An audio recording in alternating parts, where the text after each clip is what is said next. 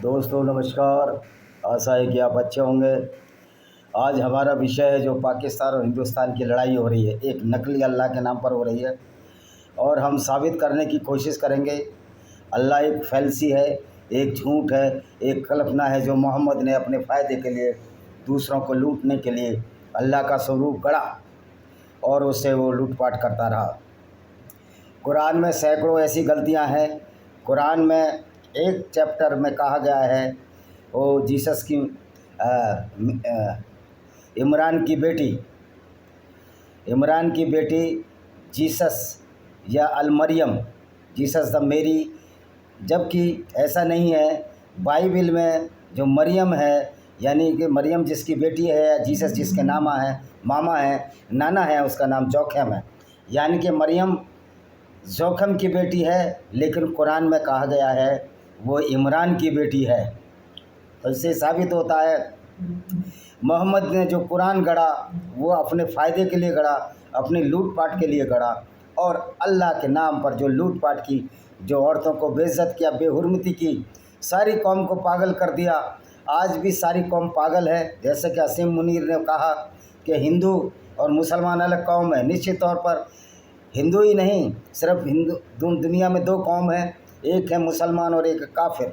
काफिर वो हैं जो बुद्धि पर चलते हैं, विवेक पर चलते हैं, चातुर्य पर चलते हैं, झूठी बातों में विश्वास नहीं करते, और मुसलमान हैं जो झूठी, अज्ञान और मूर्खता भरी बातों में विश्वास करते हैं। तो पहले हम साबित करेंगे, पहले हम ये मान कर चलेंगे कि अल्लाह है, और फिर ये साबित करेंगे अल्लाह कितना अज्ञानी और मूर्ख है। लास्ट में साबित करेंगे अल्लाह नाम की कोई चीज़ नहीं है।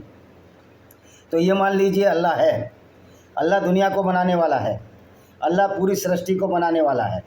तो बाइबल का जो चैप्टर जेनेसिस है, जिसमें पूरे 6 दिन में सृष्टि की रचना हुई, यही सृष्टि की रचना मोहम्मद ने बाइबल से कुरान में डाल दी कि 6 दिन में अल्लाह ने पृथ्वी बनाई, आकाश और तारे बनाए। अब ये बताइए, 6 दिन में आकाश और पृथ्वी बनाई, लेकिन एवोल्यूशन थ्योरी, जैव विकास, ये कहता है कि हमारी पृथ्वी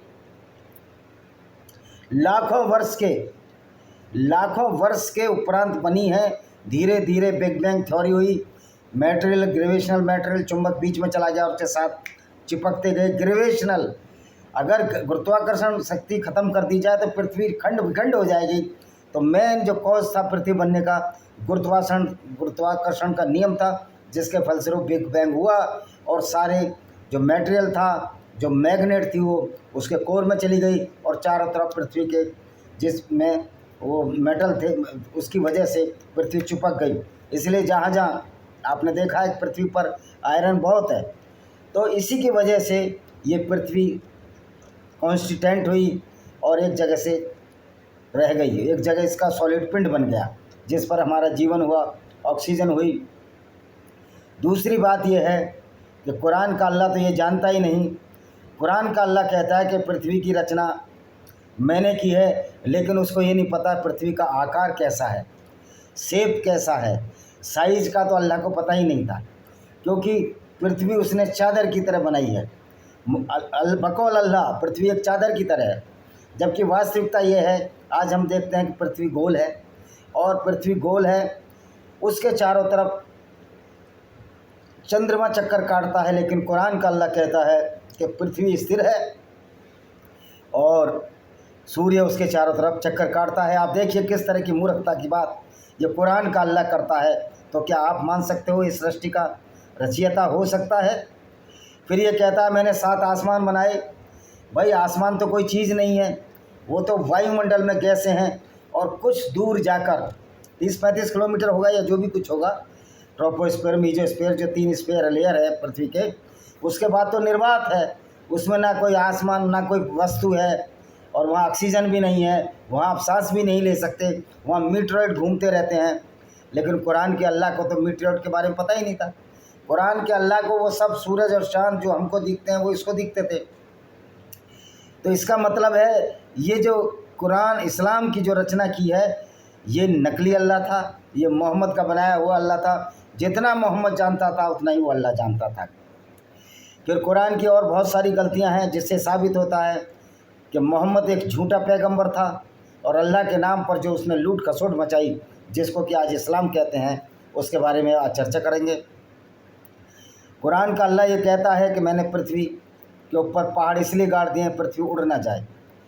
कुरान के अज्ञानी मूर्ख अल्लाह को यही नहीं पता कि पृथ्वी तो गुरुत्वाकर्षण केंद्र से चिपकी हुई है और पहाड़ तो पृथ्वी के अंदर से ही निकलते हैं। जब टेक्टोनिक प्लेट टकराती हैं तो जो उभार आते हैं, पृथ्वी के जो हिस्से उभर जाते हैं उनको पहाड़ कहते हैं, और जो हिस्से गड्ढे में चले जाते हैं और जिनमें पानी भर जाता है उनको समुद्र, झील या नदियाँ कहते हैं। नदियाँ भी ऐसी घाटियों में बहती हैं जो ग्लेशियर से निकलती हैं और जो निचले हिस्से की तरफ बहती हैं। तो ये सिंपल सा साइंस का सिद्धांत है जो अल्लाह समझ नहीं सका, इसीलिए अल्लाह ने बोल दिया मैंने पहाड़ ऊपर से गाड़ दिए। अभी भी पृथ्वी के अंदर बहुत सारी चट्टानें हैं। तो ये जो पहाड़ थे, मोहम्मद को वही पहाड़ दिखते थे, सफ़ा मरवा छोटी छोटी पहाड़ियाँ। तो उसने कहा ये पहाड़ ऊपर से ही पृथ्वी पर गाड़े हैं, जबकि पहाड़ों का निर्माण तो पृथ्वी के निर्माण से पहले ही हो गया था। दूसरी बात मैंने बताया कि अल्लाह को यही नहीं पता कि जीसस की माँ का क्या नाम था। कुरान में जीसस की माँ का नाम इमरान, जीसस के पिता का नाम इमरान लिखा है, जीसस के नाना का नाम कुरान को यही नहीं पता था कि जीसस के नाना कौन थे या मेरी मरियम किसकी बेटी थी जो जीसस की माँ थी, वर्जिन मेरी। तो कुरान में इसको इमरान की बेटी कहा गया है, जबकि वास्तव में वो जोखिम की बेटी थी जो बाइबल के ओल्ड टेस्टामेंट में मिलता है।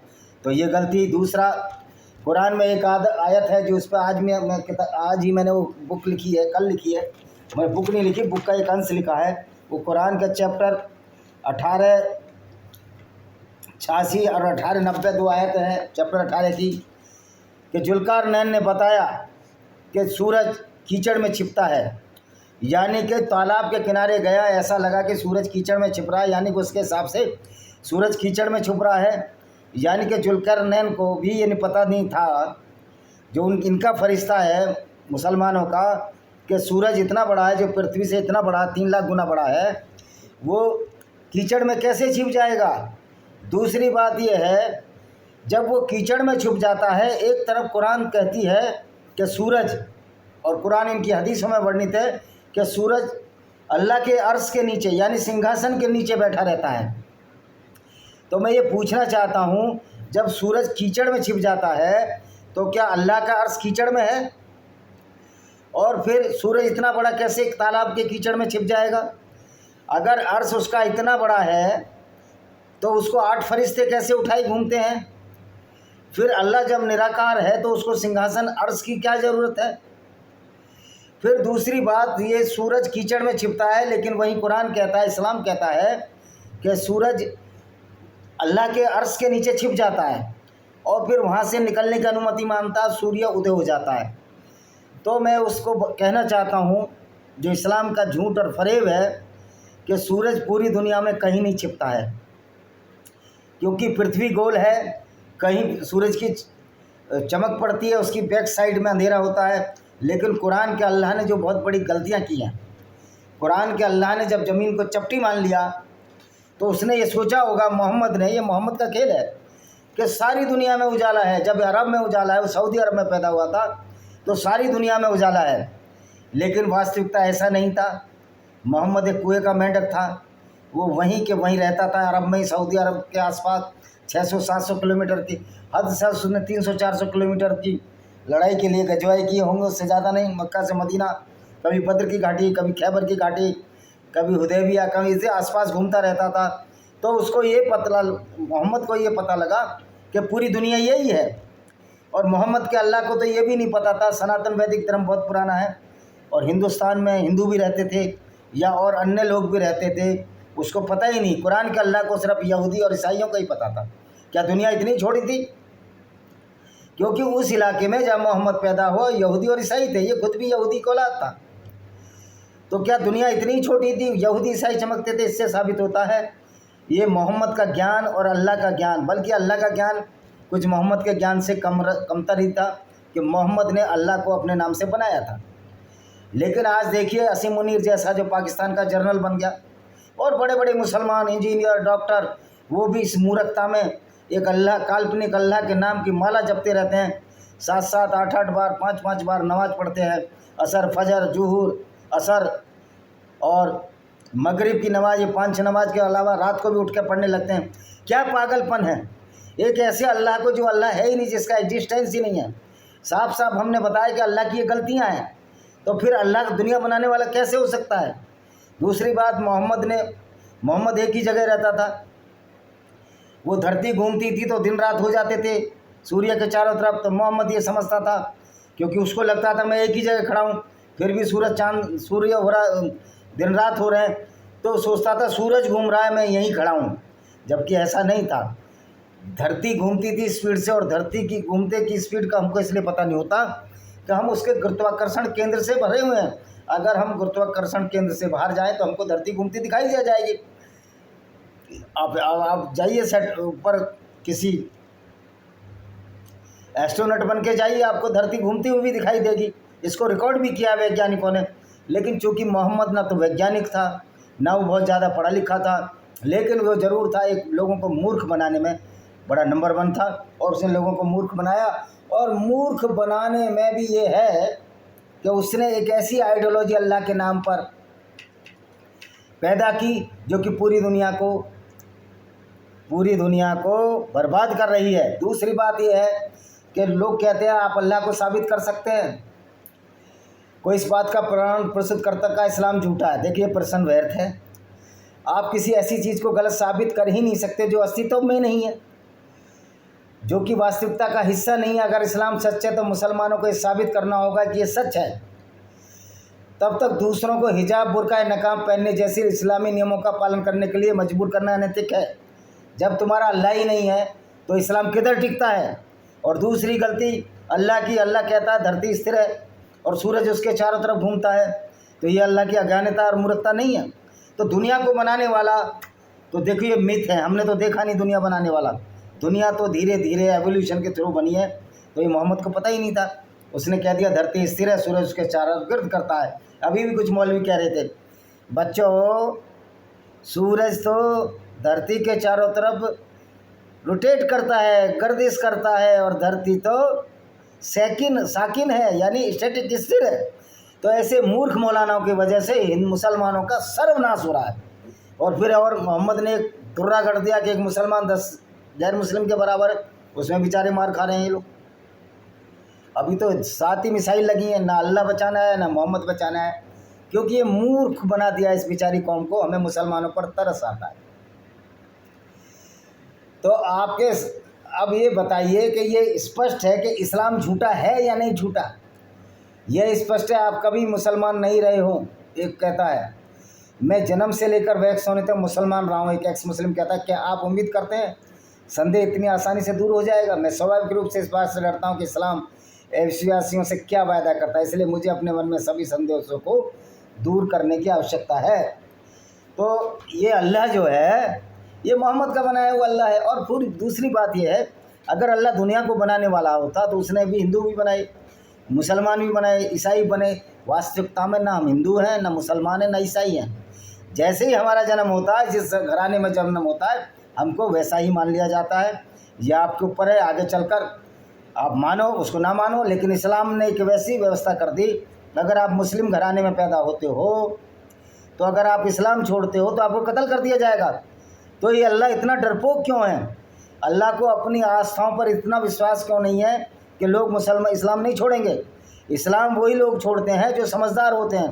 बेवकूफ़ों के लोगों के लिए तो इस्लाम है जो नफरत फैलाता है। तो ये अल्लाह अगर दुनिया को बनाने वाला है तो एक को अच्छा बताता, दूसरे को गंदा बताता।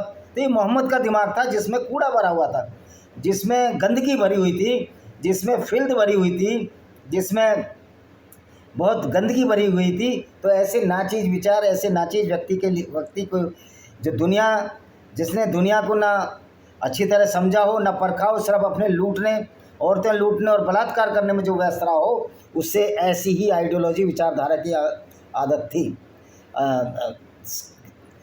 विचारधारा की उम्मीद थी। तो देखिए अब ये क्या है,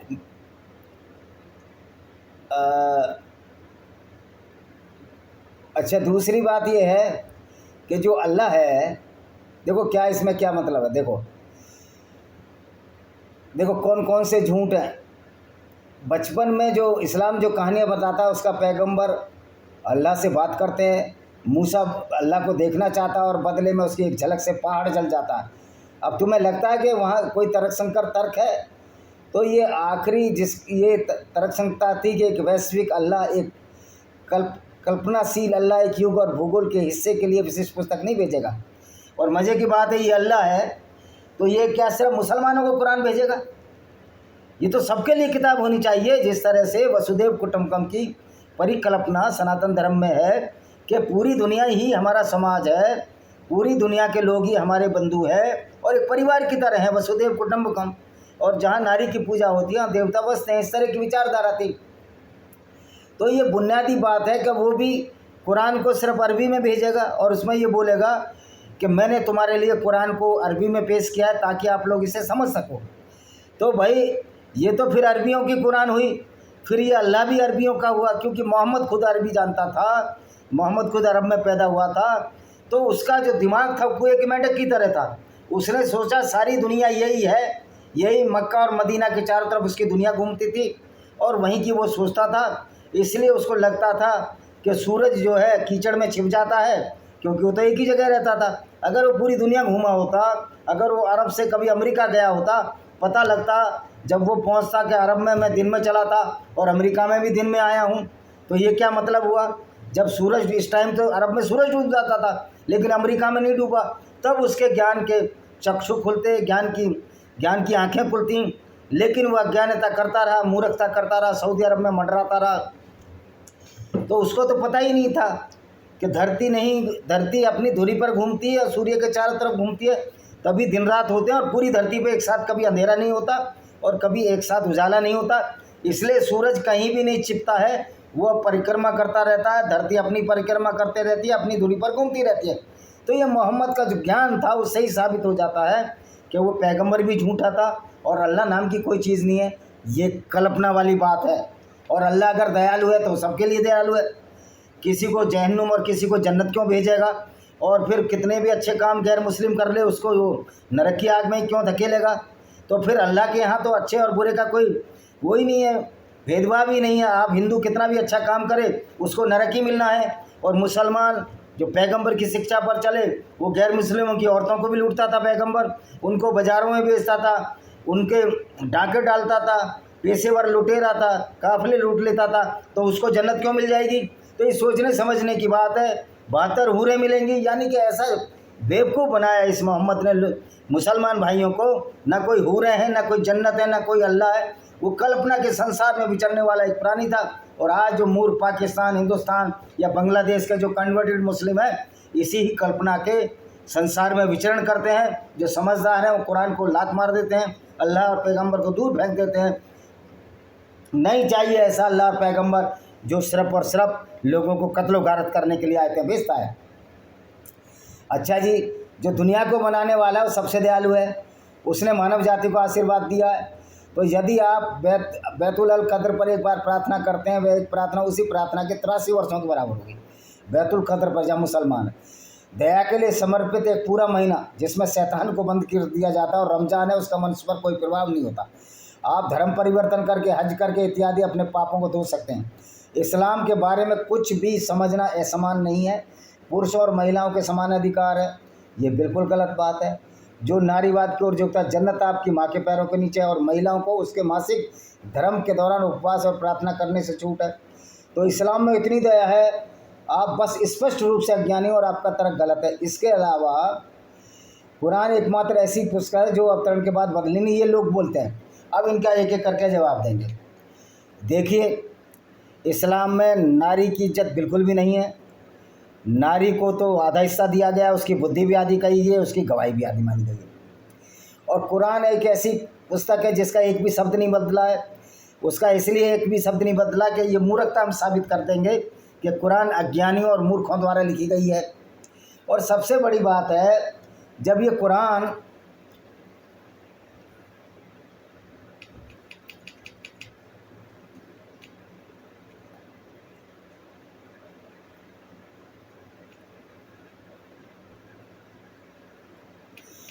देखो, कुरान में गणितीय त्रुटियां भी हैं। जाहिर है ब्रह्मांड का भगवान, हर चीज़ का स्वामी, सबसे बेहतरीन योजनाकार, सरल अंश नहीं कर सकता। मेरे लिए इसका मतलब दो चीज़ में से एक है, या तो कुरान ईश्वरीय प्रेरणा से नहीं, अल्लाह की प्रेरणा से नहीं लिखा है, या यह अल्लाह की प्रेरणा से लिखा है, लेकिन ईश्वर अपूर्ण है। दोनों ही मामलों में इस्लाम एक योग धर्म नहीं है और इस्लामी अल्लाह पूजा के योग्य नहीं है। क्योंकि भाई आप ये समझिए कि ये इस्लाम की ऐसी ऐसी बातें हैं। अब ये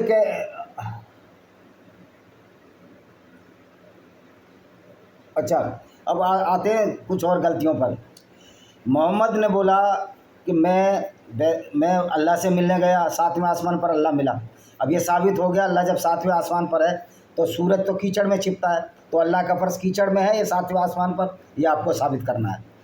क्योंकि सूरज कीचड़ में छिपता है और कीचड़ जो है, कीचड़ के फिर नीचे वो अल्लाह के अर्श के नीचे बैठ जाता है, यानी सिंहासन के नीचे।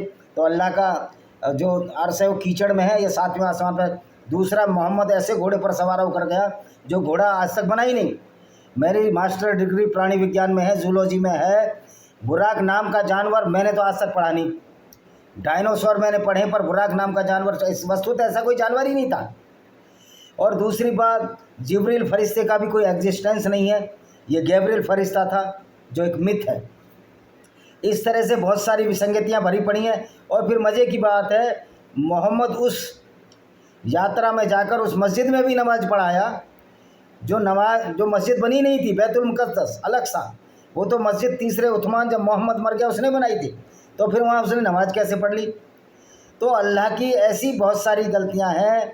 पहाड़ गाड़ से बांट दिए, सूरज कीचड़ में छिप गया। इससे साबित होता है ये कुरान का अल्लाह बनाया अल्लाह है, झूठ है। और ये कहते हैं ये ऐसी किताब है जो ऊपर से उतर कर आई है। ऐसी किताब है, ये ऊपर से उतर कर आई है। फिर आप ये बताइए, ये कहते हैं कि कुरान में, बाइबल में ना अल्लाह का नाम है, ना कुरान का नाम मोहम्मद तक। मोहम्मद कहता था हमारा नाम उन किताबों से हटा दिया है। तो भाई वो ओरिजिनल बाइबल तो लाओ, ओरिजिनल तौरा तो लाओ, यहूदियों की धर्म पुस्तक, जिसमें मोहम्मद और कुरान अल्लाह का नाम हो। नाम है ही नहीं। वो सिर्फ ये साबित करने के लिए कि मैं आखिरी पैगंबर हूँ, अल्लाह की तरफ से भेजा हुआ, और ईसाई और यहूदी भी अल्लाह के ही बंदे हैं। क्योंकि उस समय उसका जोर था कि पूरा मुसलमान यहूदियों को बना दिया जाए। आज जो 1,80,00,000 यहूदी बचे हैं, वो समझदार लोग हैं, या वो बहादुर लोग हैं जो यहूदी नहीं बने, मुसलमान नहीं बने। तो भाई वो किताब किधर है? फिर कहते हैं कुरान की कुछ आयतें बकरी खा गई, रजम की आयतें पत्थर मार मार कर आयशा ने अपने सिर के नीचे रख ली। तो कुरान तो 100 बार बदला है, कौन कहता है कुरान नहीं बदला? उस्मान ने जो कुरान पर की सारी प्रतिलिपियाँ मंगाई और एक उससे कुरान तैयार किया और बाकी कुरान की प्रतिलिपियों को जला दिया। जो प्रज्ञम में कुरान है वो कहते हैं सबसे पुराना, उसमें भी 2-3 ही चैप्टर हैं, आयत ज़्यादा आयत है ही नहीं, वो भी मैंने वीडियो डाला है। तो ये कुरान, अल्लाह, ये सारा झूठ है। कोई भी भविष्यवाणी अल्लाह की हो या मोहम्मद की हो, आज तक सच नहीं उतरी है कि 2 सागर नहीं मिलते। पानी तो हमेशा मिलता है भाई, पानी का कलर अलग हो सकता है, लेकिन 2 सागर भी मिलके नहीं मिलते, ऐसा कभी नहीं हो सकता। पानी में जो मटेरियल है उसकी वजह से कलर होता है। तो ये साबित करने के लिए पर्याप्त है कि कुरान एक झूठ का पुलिंदा है। और मैंने जो साबित किया है, कुरान एक झूठ का पुलिंदा है। विनेमस फैंक्स ऑफ कोबरा भाई विजय कुमार पाल, इसको पढ़िए, इसमें साबित किया है। और दूसरी मेरी किताब है जिसमें इसको, इस्लाम को एक झूठा मैंने आइडियोलॉजी साबित किया है, पैरानोइया ऑफ कल्ट्स, छोटी सी किताब है, आप भी इसको खरीद सकते हैं। दूसरा है, इसमें साबित किया है लेमेंट ऑफ सिंजार में कुरान एक गुंडागर्दी है गैर मुस्लिमों के खिलाफ। इस तरह मेरी 10 किताबें हैं। 11वीं और 12वीं बहुत जल्दी मार्केट में आ जाएगी, आप सब्र करिए। और विजय कुमार पाल का गूगल में करोगे, invader and hidden facts discriminated Hindus by Vijay Kumar Pal, देखोगे तो कुरान एक फुल टू गुंडागर्दी है और एक झूठे और काल्पनिक अल्लाह पर, जिसको कि मोहम्मद ने अपने दिमाग से गढ़ा। इसलिए मैं कहता हूँ ये अल्लाह भी झूठा है और ये नबी भी झूठा है। क्योंकि इस तरह की हरकतें ना अल्लाह आयत भेजेगा दूसरों को कत्ल करने की, ना नबी औरतों को लूटता फिरेगा, अगर सच में वास्तव में वो अच्छा आदमी होता। इसी के साथ हम इस वीडियो को विराम देते हैं। वंदे मातरम, जय हिंद, आपका दिन शुभ हो।